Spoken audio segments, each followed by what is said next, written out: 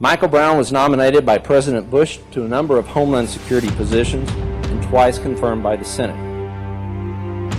Earlier this evening, I spoke with Mike Brown, the director of the Federal Emergency Management Agency. He's coordinating disaster relief of a dozen federal agencies and the American Red Cross. All right, former FEMA Director Michael Brown, thank you so much for joining us. Michael Brown, former FEMA Director. Thank you, Michael, as always. This portion of the Michael Brown Show on BCR is brought to you by Fire TKO FST, the highly effective, non-pressurized portable fire suppression tool. Go to www.firetko.com to learn more. And now, the Michael Brown Show on BCR. So welcome to the Michael Brown Show with the Blue Cell. I'm really happy today. I've been trying to get my friend Brock Long on for a couple of months now, but we've both been fairly busy. Brock and I were just reminiscing before we started when we first met each other, and it was, I think, during the 2004 hurricanes that hit Florida, right in the middle of an election year, as I recall. That's correct. Yeah, 4 major hurricanes in 6 weeks. So it was Charlie, Francis, Ivan, and Gene. And then you had Katrina and Ike and Rita. And then you go out of office. The country goes 11 years without a major landfall and hurricane. I come in and then get popped with them again, just like you did. And I remember sitting back and watching and just thinking, well, Brock will be able to handle it. I'm glad he's handling it and not me. Yeah, it was, it was extraordinary. Mike, that coming into an agency like FEMA, it's incredibly complex. 21,000 employees, multi-billion-dollar budgets. I mean, you're the largest insurer. You run national continuity programs. You hand out 98% of the grant array for Homeland Security, and you're responding to all these events. I had 2 months to assess where we are before Harvey, Irma, and Maria, and then the California wildfires. And I think it was 220, 230 events. So I had one new event every 3 days for 2 years. Yeah. Yeah. Good grief. Yeah.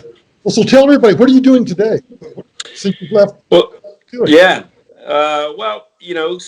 When I stepped out of the role as FEMA administrator, I went back to Haggerty Consulting as the executive chairman. And Haggerty Consulting is a full-service Homeland Security emergency management consulting firm, and nationwide, we're doing work all over the country. And it's awesome because I get to come in and drive, corporate strategy, serve as a subject matter expert, get my hands dirty with projects all over the country. And we're doing a lot of work with COVID right now. I think we have probably 30 to 35 different projects with COVID taking place right now, helping people understand reconstituting, anything from major airports to helping them understand what they're entitled to from all the money that comes to them as a result of the CARES Act or FEMA, and how to sequence that money, put it to work, and then ultimately try to become more resilient as a result of going through what they went through. Well, speaking of resilience, this is one reason why I really wanted to talk to you is it seems like forever ago, pre-COVID. We can now mark everything post-COVID and pre-COVID, or ongoing COVID, I guess. Sure. You and I were at the Colorado Emergency Managers Association meeting up at Loveland, Colorado. And I just happened to catch the tail end of the presentation that you were giving, the keynote address, I think.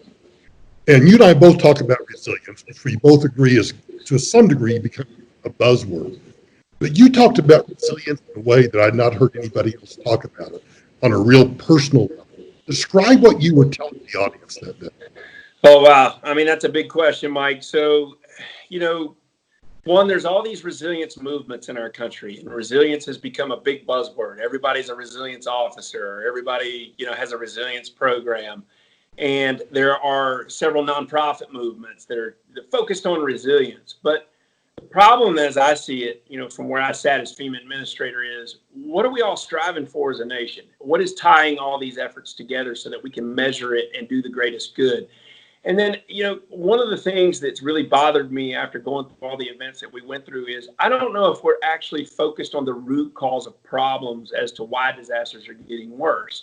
Now, we do focus on climate change, which probably eats up 95% of the resilience discussion, but we don't focus on the lack of financial resiliency, which is eating us alive right now as a result of COVID-19. And it's something that, I believe the climate's changing. I believe in climate change. Yes, we have to implement residential codes and building codes and reward communities that do it by revision of the Stafford Act, which we can come back to.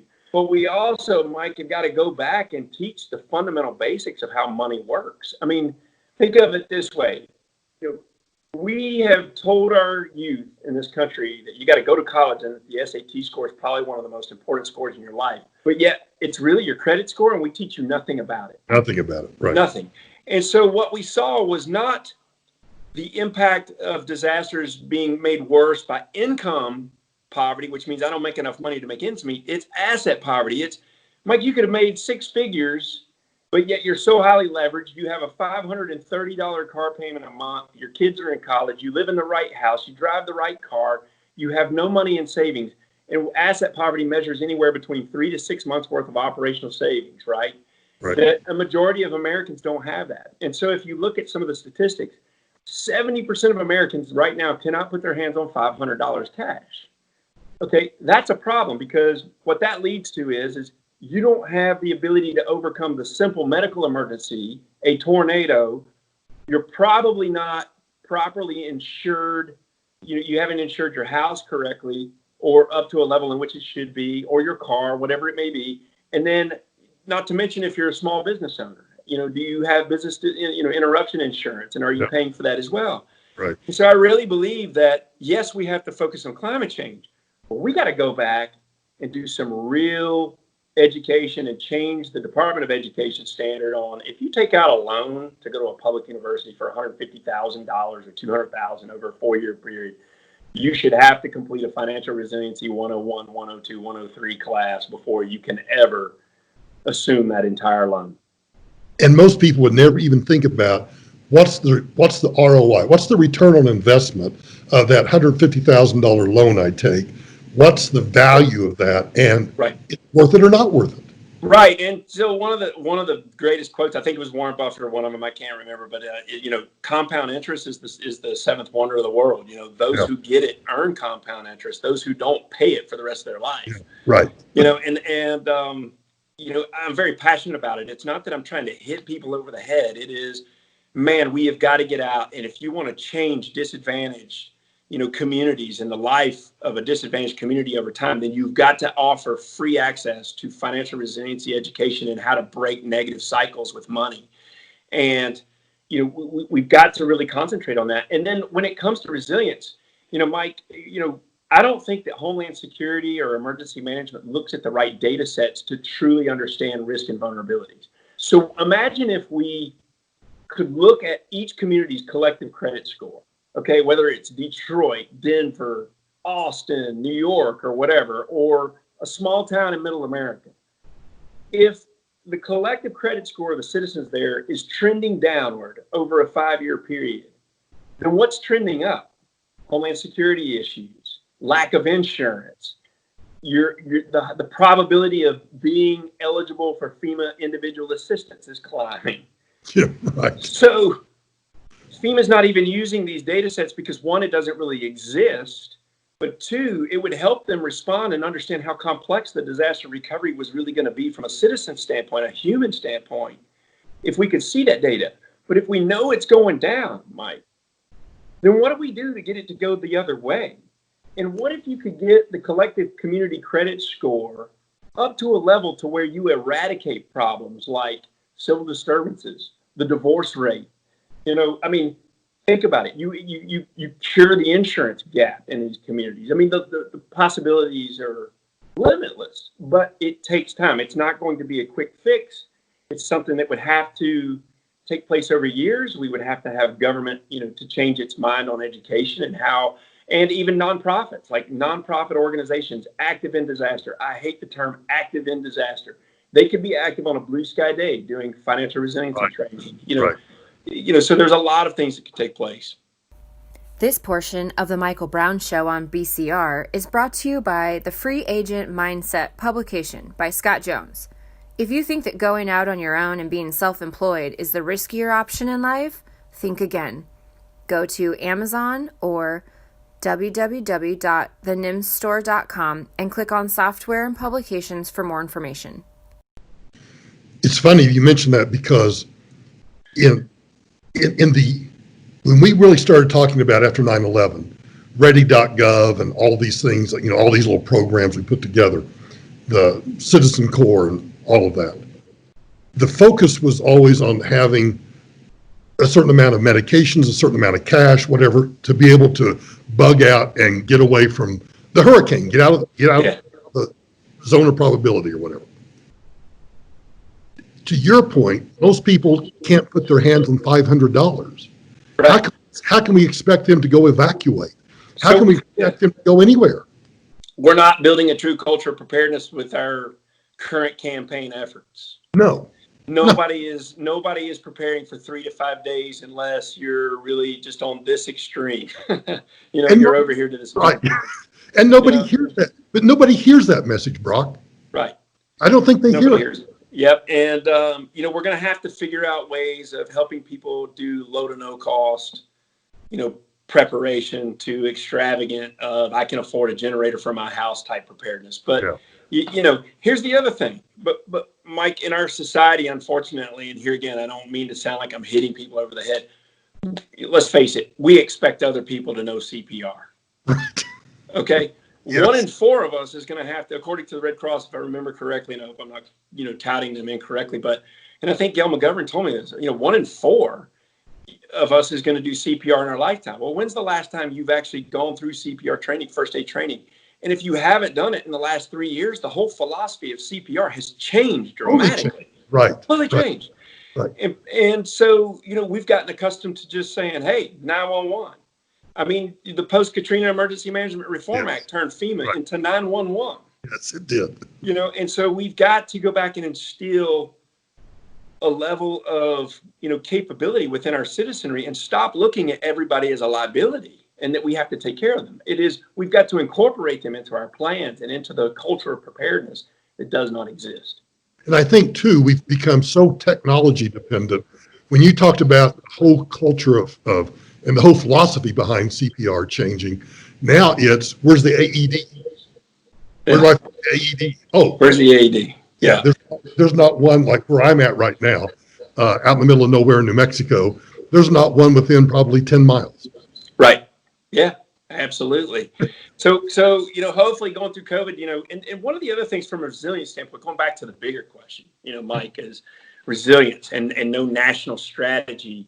As a result of going through what we went through during my time in office, we were able to get Congress to listen to change the law to create the Disaster Recovery Reform Act. So this is great. Today or yesterday, FEMA put out a notice of opportunity for the new BRIC funding, which is building resilient infrastructure and communities. Well, this is a direct result of me saying, it doesn't make sense for communities to have access to mitigation dollars after they've been blown up by a disaster. Yeah. We've got to put it up front. So what the law said was now that 6% of all the PA funding, public assistance funding that FEMA puts out in any given year will now be put up front for pre-disaster mitigation.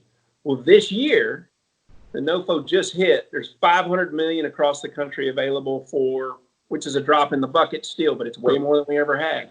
Right. Each state gets $600,000, and then there's a competitive pot of $500 million to go out and do infrastructure-based mitigation. Why infrastructure? Well, let's go back and talk about the root cause again.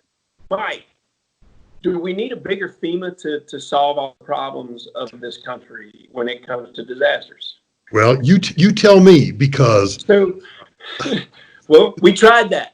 1992, when Andrew hit Florida, bigger Right. FEMA was called upon. We need a bigger FEMA.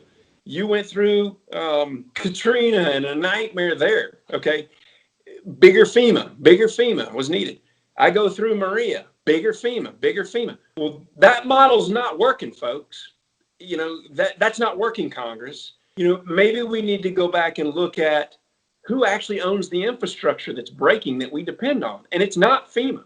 It's not the federal government. It's the private sector. And while we've talked a good game about public-private sector partnerships and what can Walmart do for me, we've got to change this whole mindset of how do we make sure that the public infrastructure providers, we're planning in a manner that helps them come back up and running. Like, for example, power and utilities. Power is one of the greatest community lifelines that we identified. not owned by the government, largely privately owned. But what if local governments started to redesign their first initial debris plans to open up roadways to make sure that the power company had access to their lines and their towers and their generators? One of the rather biggest than just 911. One of the biggest problems we had in Katrina was getting all those pre-positioned assets, getting all of the investor-owned utilities, all of those trucks in because roads and bridges were out. This portion of the Michael Brown Show on BCR is brought to you by the Blue Cell LLC Training Division. With over 100 courses available within the areas of crisis, consequence, and incident management, the Blue Cell has online, virtual live, or in-person options. Go to www.thebluecell.com/training to sign up today. And here's the real story around Puerto Rico. We got plenty of food and water to Puerto Rico. We got $2 billion worth of commodities to Puerto Rico. Here was the mistake that was made from planning for years and years and years. Nobody ever looked at what was on the island that could be incorporated into the response initially without the federal government having to bring anything to it. The first phone call that should have been made, and this is my mistake, was to the grocery store retail chain of saying, how much food's on the island? Yeah. And Mike, you know what they would have told me? There was a 30-day food supply on the island that had never been planned into because after Pekimra, FEMA was drilled on logistics that we had to run it all for everybody rather than think holistically as to, all right, right now where you are, in Denver, Santa Fe, Colorado, whatever city you're in, how many bottles of water already exist there that aren't owned by the federal government that could simply be planned into usage by the local community? And so when we found that out, it caused me to start asking the question of what has to be working in any community that if it is not working, then people die or life routine is severely disrupted. So we came up with the FEMA Community Lifelines Doctrine. Okay. 7 lifelines. The first tenet, safety and security, which is really interesting right now in the debate. Personally, I believe without safety and security, you cannot have a viable community. You can't even respond or implement recovery if you don't have safety and security. And you know that as a result of going through what you went through in New Orleans. Then you have food, water, and housing. Okay, not shelter, but housing. And we're not talking about food and water as bottles of water or MREs. We're talking about large supply chains. Who owns the supply chain? Does the government own a bottled water factory? No. Okay. We don't own the food supply chains, right? We have to make sure that they're bolstered and that they're, that locals understand the supply chains that support their community, not just FEMA bringing in MREs and water. Okay. Then you have communications. A failure in communications is the worst failure you can have. And you know what we were doing, Mike, in Puerto Rico? We were kicking the private sector communications experts off the planes that were initially going into Puerto Rico for the sake of food and water because we were chasing the fast food news, entertainment news aspect. We should have been sending Verizon and AT&T in first because the problem was not getting their hands on food and water. It was communicating to people where to go. Yeah. And I'm being honest about you had the food was there. Right. You didn't get the communicators in to let people know where the food was. That's right.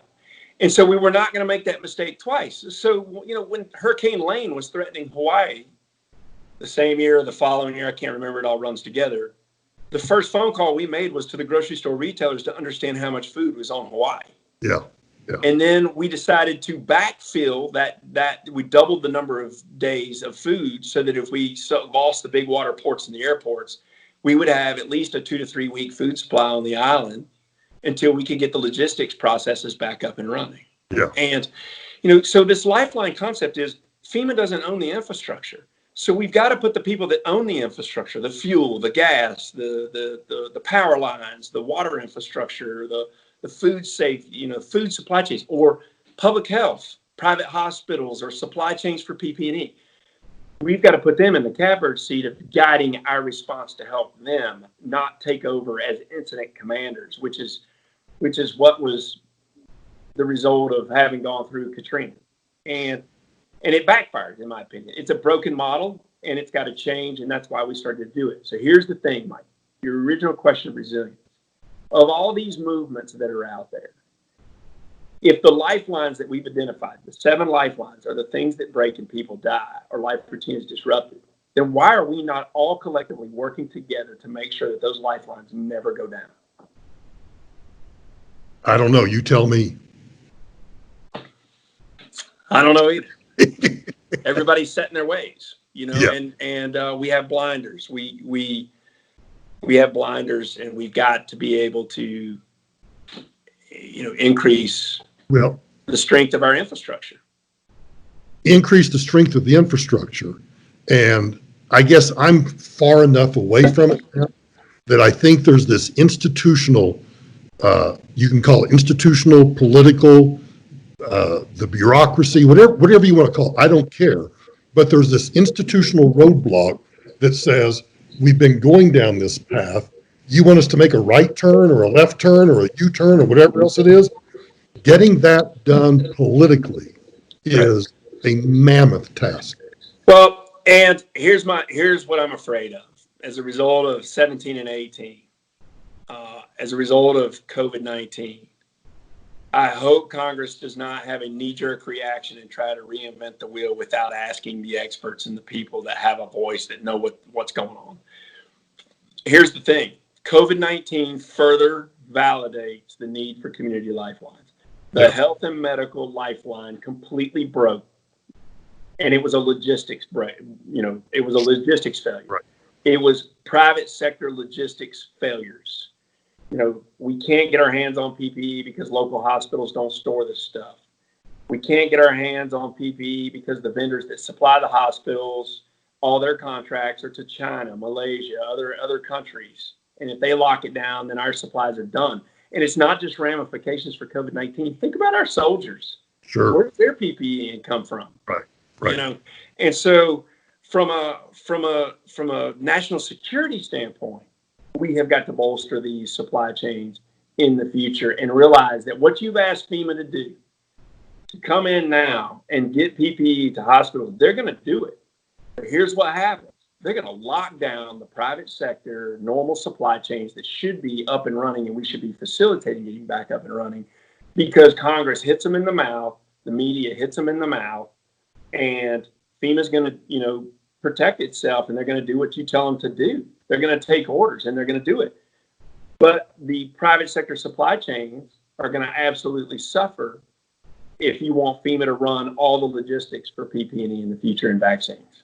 So I think you and I are both at this point doing a little, I'm not Catholic, I don't know whether you're Catholic, but we're doing a little confessional. Confessional we're doing is, and I think people really need to understand this, when we take over logistics, to your point, I think the phrase you used, which I love, we lock it down. If I've got to get ice, water, whatever it happens to be, I lock that sucker down. Right. I take everything I can get. And we probably pay more than the normal private, retailer for the supplies. I mean, I don't know if that's, fact or not, but I can tell you that, the private vendors would love to have a contract with FEMA rather than a mom and pop shop somewhere in a small town. Right. And that's part of the problem that we got to correct. It's, and I don't, to me, if we rethink it, we're at a critical point with COVID-19. I mean, it's I have a deep respect for a lot of people inside the health and medical field. My dad and my sister are both doctors. I worked very closely with HHS like you did, and there's some good people. But look, the response to H1N1 back when I was a state director in Alabama was not strong, and then we saw a collapse of that again here. We cannot, if we go through this event and we don't change course and revise and streamline the way assistance is going to be put forward for the next public health event, then we have learned nothing, Mike. And, and I think we're at this point.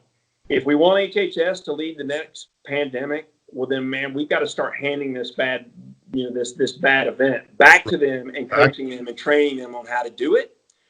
Or we need to rip it away and have them serve as subject matter experts and go ahead and start to reinvent the incident command. But here's my fear with that. FEMA's job is already complex enough, Mike. I mean, you run national continuity. You're the largest insurer in the country, and now you want me to be the pandemic, experts. you also run 98% of the grants out of the Department of Homeland Security. I mean, you're pushing $2-3 billion worth of grants every year on behalf of the Department of Homeland Security. And we keep wanting to put more on FEMA's plate to where the business enterprise, in my opinion, is breaking if it hasn't broken already. Want to keep up with Michael Brown and his various shows? Find him on Spreaker, Michael Brown Unplugged, or on iHeartRadio. You can also stream his daily AM radio shows on KHOW and KOA. I'll give you a visual that I've always said. Proper disaster preparedness, response, recovery, mitigation. It looks like a chair with 4 legs, Mike. The seat you're sitting in is your community. It's stable as long as those 4 legs are attached to it, but those 4 legs represent different things. Right. One is a true culture of preparedness that's financially resilient, properly insured, ready to take action if there's an active shooter event or whatever they may face.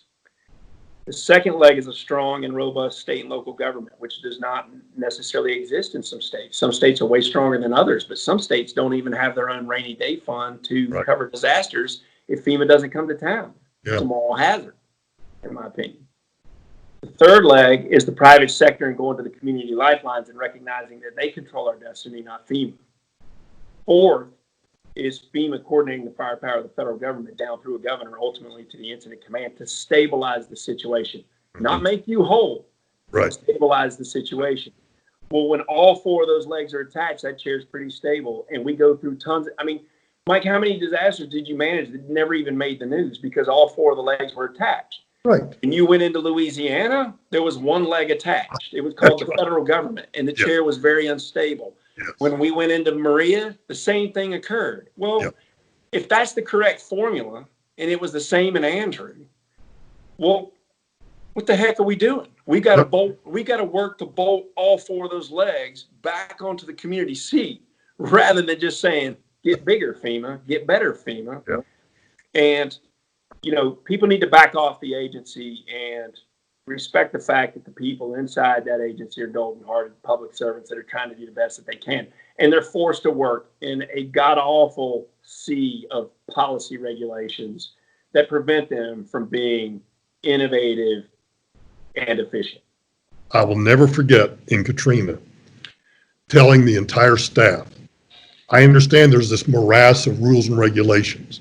If you have to break the rules and regulations, break them. I'll take the heat for that because we just got to do what we've got to do. Right. But to your point, they are encapsulated in that morass of rules and regulations. So telling them that is one thing. Empowering and getting them comfortable doing that is an entirely different affair. Right. Exactly. But I think the emergency management profession too, one of the things that was a result of Pakemra, and I get it, I understand why we went to this massive effort to train incident commanders. That's great. But we got a whole slew of incident commanders in our field, but we don't have anybody that understands disaster cost recovery and how the money works. And we need to rethink the training. If you look at 17 and 18, Mike, according to the statistics, the amount of money that's going out the door as a result of 17 and 18 is more than the 9 previous FEMA administrators combined. So you scratch your head and you can't even wrap your head around it. Now, that has nothing to do with COVID. Right. This is trillions of dollars. So now what you got is you got FEMA public assistance.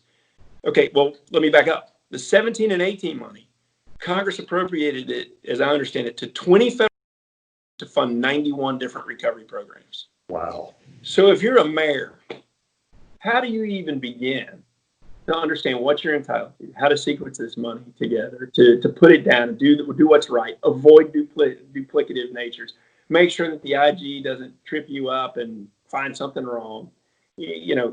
That's what we do at Haggerty Consulting. And the reason we do it is because there is no skill set out there within our emergency management profession to help mayors and leaders understand this. It's a huge void in our field.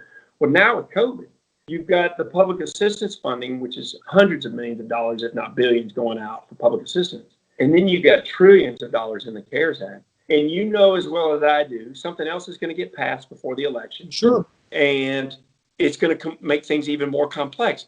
Trillions of dollars are out there on the table. And if you look at the federal Treasury's first report about the COVID funding, some states that were allotted, $2 billion, $3 billion have less than 1% out the door. Yeah. But yet they've got to spend it before March 31 because of some arbitrary date that was imposed on that money. So we don't even know what the impacts are. There's so much money that's out there, and it's a knee-jerk reaction to throw money at it rather than being calculated and methodical and understanding that the impacts of COVID-19 are going to be with us for years and years. We got a lot of work to do to reinvent the training and the job that we're asking emergency management to do. Well, I got to tell you I think your insights are spot on. I think people that are listening to this are listening to two guys that went through a lot of fire, that understand really a lot of the things that need to be done. It's just getting the political willpower to make those they truly are fundamental changes. And whether we accomplish that or not, I don't know. But hopefully this conversation will spark interest in some people start thinking a little differently about how we do things. Right.